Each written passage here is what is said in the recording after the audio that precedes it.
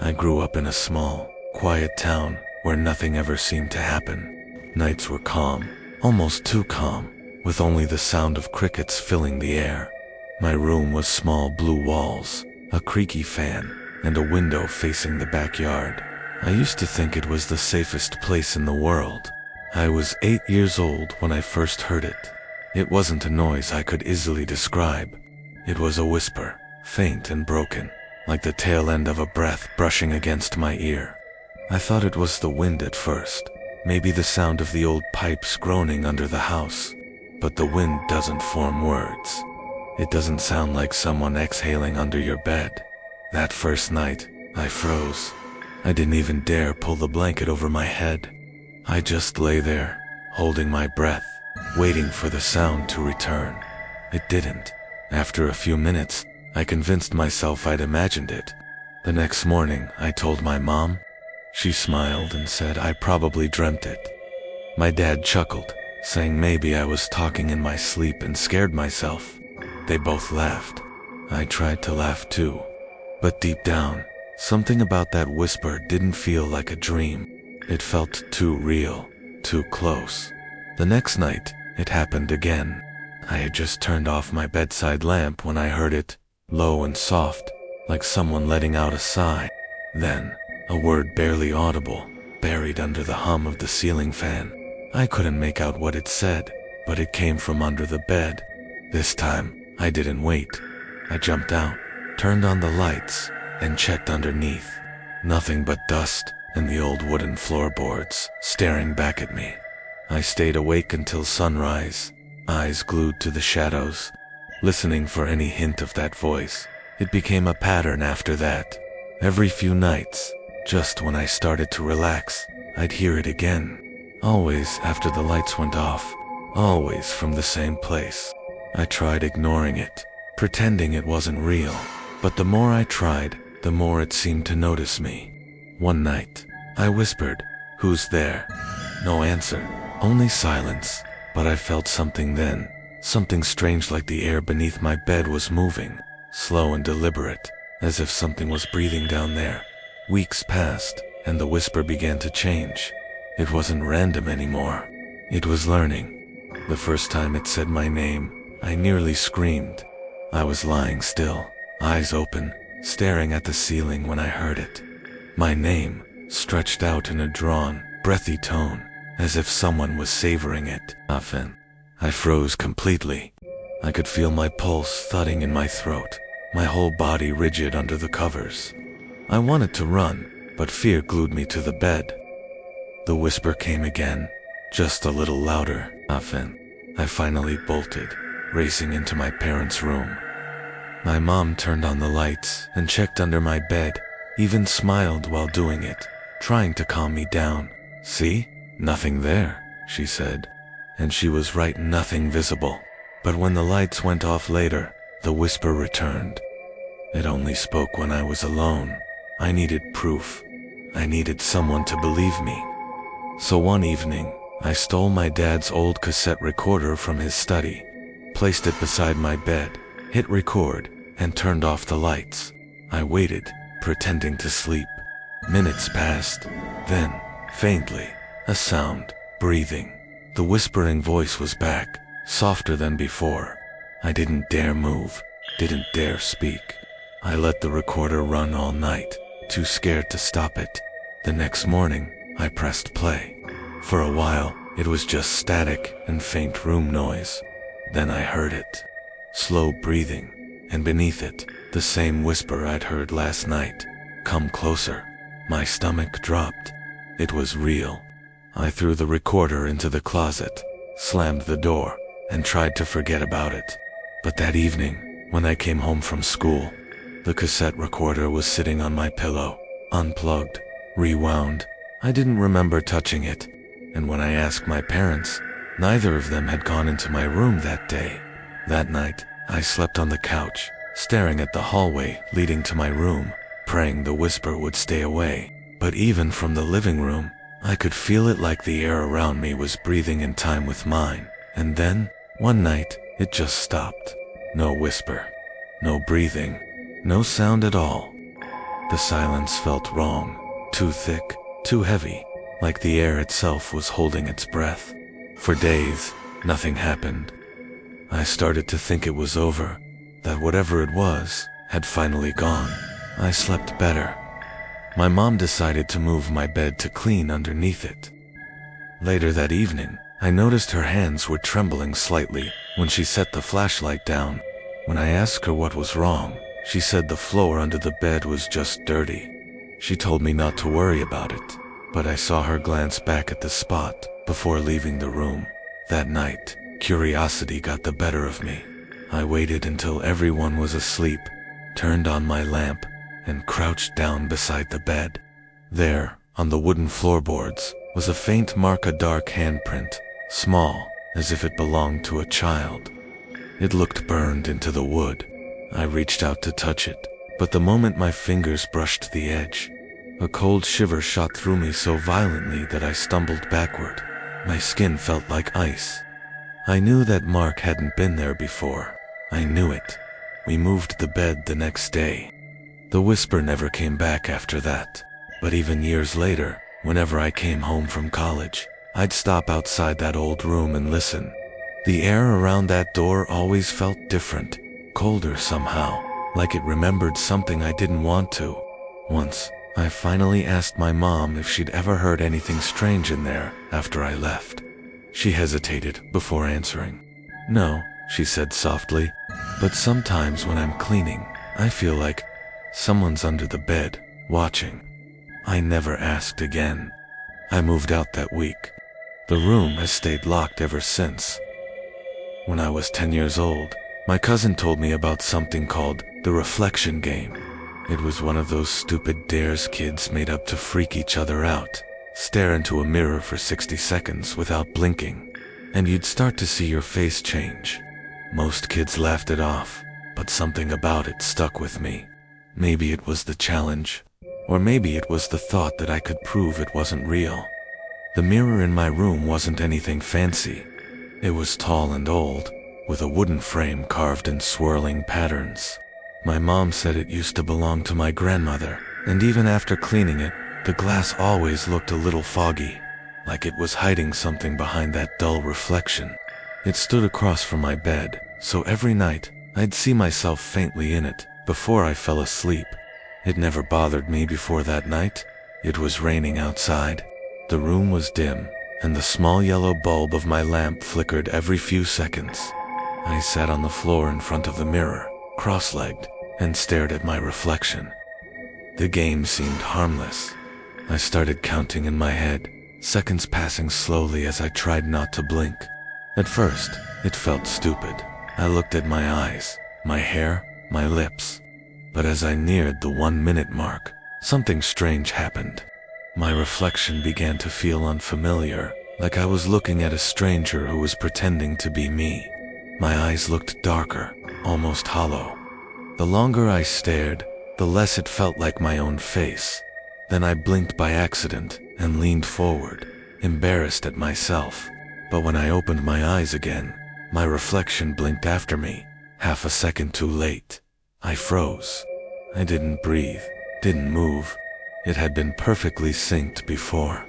I waved my hand slowly. The reflection followed, perfectly on time now. I tried to tell myself I imagined it, that my eyes were tired, that my brain was playing tricks. I turned off the light, crawled into bed, and told myself to forget it. But before I closed my eyes, I looked one last time, and I swear, the reflection was smiling faintly. The next morning, I told my mom. She just smiled and said, "Mirrors play tricks on you when you stare too long." My dad laughed, saying I needed to stop reading scary stuff. I tried to believe them, but that night, I avoided the mirror completely. I didn't want to see it. I didn't even want it facing my bed anymore. But whenever I passed by, I'd catch a glimpse of it from the corner of my eye, and sometimes, it felt like my reflection wasn't perfectly aligned with my movement. There was always the tiniest delay, like a lag between me and it. It was subtle, almost unnoticeable, but once I saw it, I couldn't stop noticing it. One night, I woke up thirsty. The rain had stopped, and moonlight was slipping through the curtains. As I walked toward the door, I noticed the mirror again. For some reason, I stopped and looked. My reflection looked normal, tired, hair messy, eyes half closed. I rubbed my eyes and took a step closer. The reflection didn't. It stood still, perfectly still. A cold wave ran through me. I lifted my hand slowly. The reflection lifted its hand too, but the motion was slightly off. Its fingers trembled, moving with hesitation, like it was trying to remember how. I backed away until my back hit the wall. Then, right before the light flickered and went out, I saw it smile. The darkness swallowed the room. I couldn't see anything except faint shapes, but I heard it, a slow, dragging sound, like a palm brushing against glass. I whispered, "Stop." Nothing happened. The sound continued, slow and steady, as if something on the other side of the mirror was tracing the surface. When the light came back, the glass was fogged, even though my window was shut and the air was warm. I didn't tell my parents that part. The next morning, I begged them to take the mirror out of my room. My dad didn't argue. He carried it upstairs and left it in the attic, covered with an old bedsheet. For the first time in weeks, I slept peacefully, but peace never lasts long. A few nights later, I started dreaming about it. In my dream, the mirror was back in my room, standing exactly where it used to. The room was dark, and the only thing visible was the faint outline of someone standing behind the glass. A boy, my age. Same height, same hair, same pajamas, only he didn't move like me. He just stood there, watching. His eyes looked too sharp, too focused. I tried to wake up, but I couldn't. It felt like I was the one trapped behind the mirror, not him. When I finally woke up, I was drenched in sweat. The dream came again, a few nights later. This time, the boy was closer to the surface. His hands were pressed against the glass. His breath fogged it slightly, forming little circles. When I woke up, I thought I heard something tapping, soft, rhythmic, coming from the wall where the mirror used to hang. I told myself it was just the pipes or the rain, but the next night, it happened again, always in the same spot. Tap, tap, tap. After that, my parents replaced the old mirror with a small new one, just a plain square thing that hung on the door. I refused to look into it for days. The old mirror stayed locked away upstairs. Eventually, life went back to normal. I grew older, went to college, moved out. For a long time, I forgot about it completely. Years later, I came home for the holidays. I was walking through an old thrift shop in town, just browsing for decorations, when I saw it in the corner. My heart stopped. That mirror, the same one from my room. I recognized the frame instantly. The wood was cracked on one side, but the carvings were still there. It was standing upright, leaning against the wall. I told myself it couldn't be the same one. There must have been 100 mirrors like it. But as I stepped closer, the air felt heavy, like static pressing on my chest. I stood in front of it. My reflection looked younger somehow. My skin looked smoother, my face rounder, like I was 10 again. I blinked. The reflection didn't. I took a shaky step back. The reflection slowly smiled. That faint, deliberate smile I hadn't seen in years. I felt a chill crawl up my neck. I turned toward the woman at the counter and asked, my voice trembling, where they'd gotten the mirror. She said it came from an old house on Maple Street, my childhood home. I turned back to the mirror. The reflection was no longer smiling. It was staring at me, expressionless. Then, just before I looked away, it tilted its head slightly, the way I used to when I was curious about something. My legs went weak. I stumbled out of the shop and didn't stop walking until I was blocks away. That night, I couldn't sleep. I kept thinking about it. The next morning, I told myself to forget it, that I'd just imagined things. But when I brushed my teeth and looked into the bathroom mirror, I froze. For a split second, I saw the boy again, the younger version of me, standing just behind my reflection. He wasn't smiling anymore. He just stared, waiting. I blinked, and he was gone. I never went back to that thrift store. I never asked what happened to that mirror. But sometimes, when I'm shaving, I catch something wrong in the reflection. A blink that comes too late. A smile that doesn't belong to me. A faint fog forming on the glass even when the air is dry. And sometimes, when I look close enough, I think I still see him standing there. He never aged, but I did. We moved into that house when I was 9. My parents said it would be a new beginning, a quieter place, somewhere we could all finally breathe. It was an old 2-story home, the kind that creaked even when nobody was walking. The walls smelled faintly of dust and rain, and the floorboards complained with every step. I didn't mind it. To me, it felt like adventure.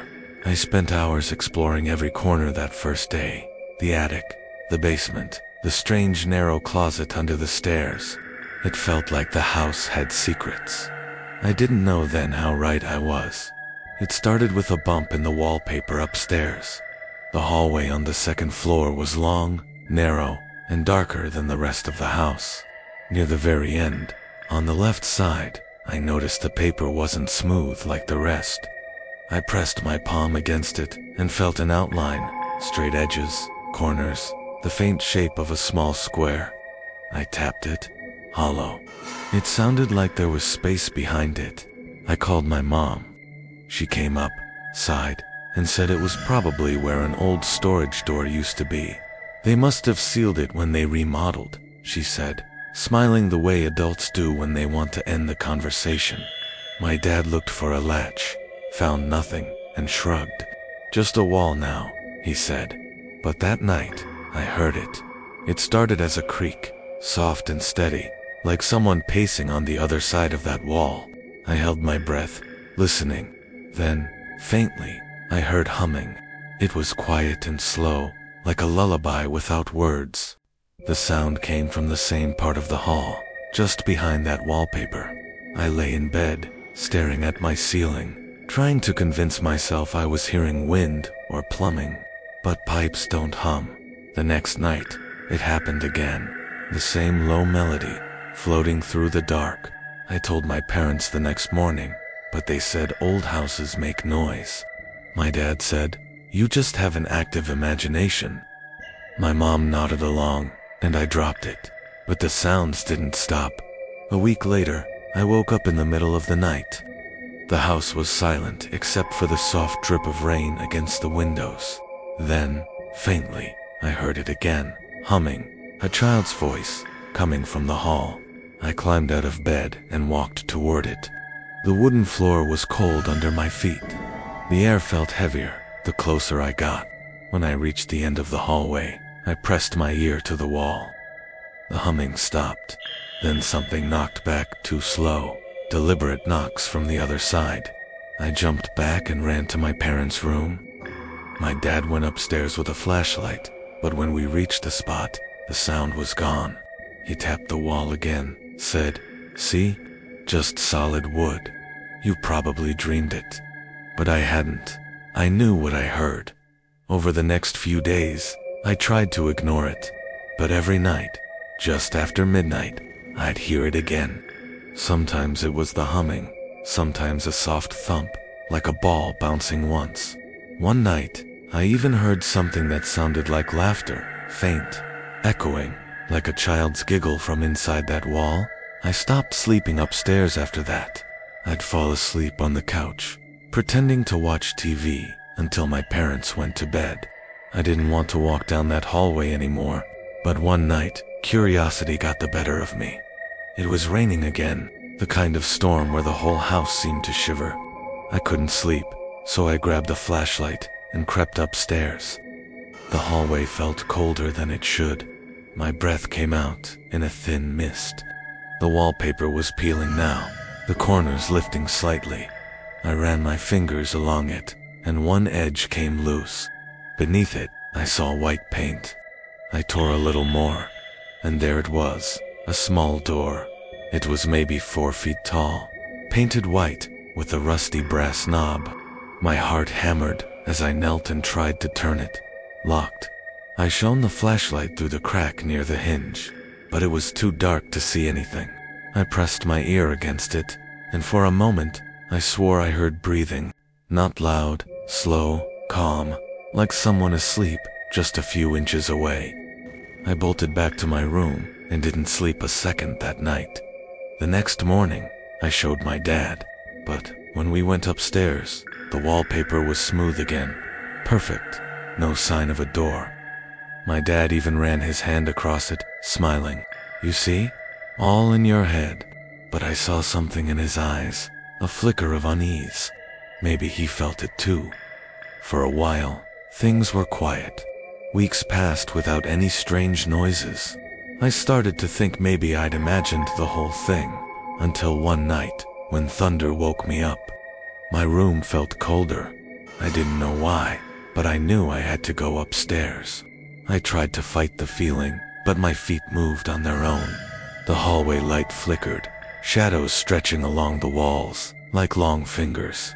When I reached the end, I froze. The wallpaper was ripped again. The door was back, and this time, it was open. The gap was narrow, but I could see inside. My flashlight beam trembled as I aimed it through the crack. It was a small room, too small for anyone to live in. The air inside looked thick with dust.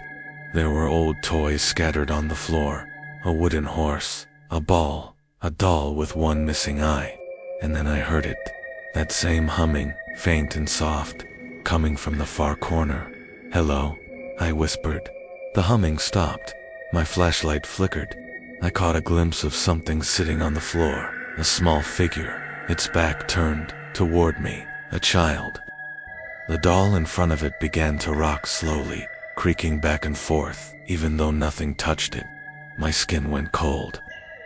The air in the hallway shifted, heavy and sharp, pressing against me like invisible hands. I stepped back, tripped, and the flashlight slipped from my hand, rolling into the room. Its beam spun across the floor, landing on the small figure. The child wasn't moving, just sitting there, facing the wall. I think I saw its head tilt slightly, but I didn't stay to find out. I ran downstairs, heart slamming in my chest, and hid under my blanket until morning.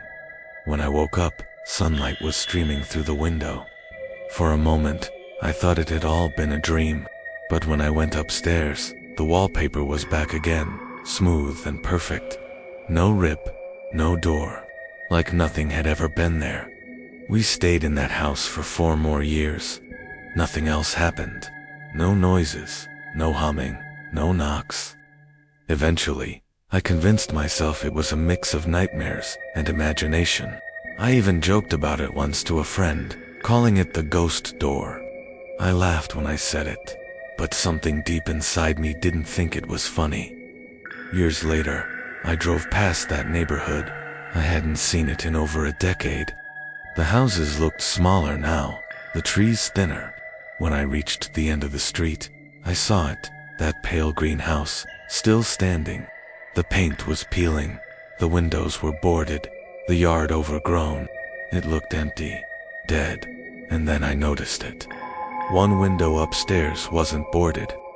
It was faintly glowing, a dull yellow light flickering from behind the glass, the same window that had been at the end of the hallway. I slowed the car, staring.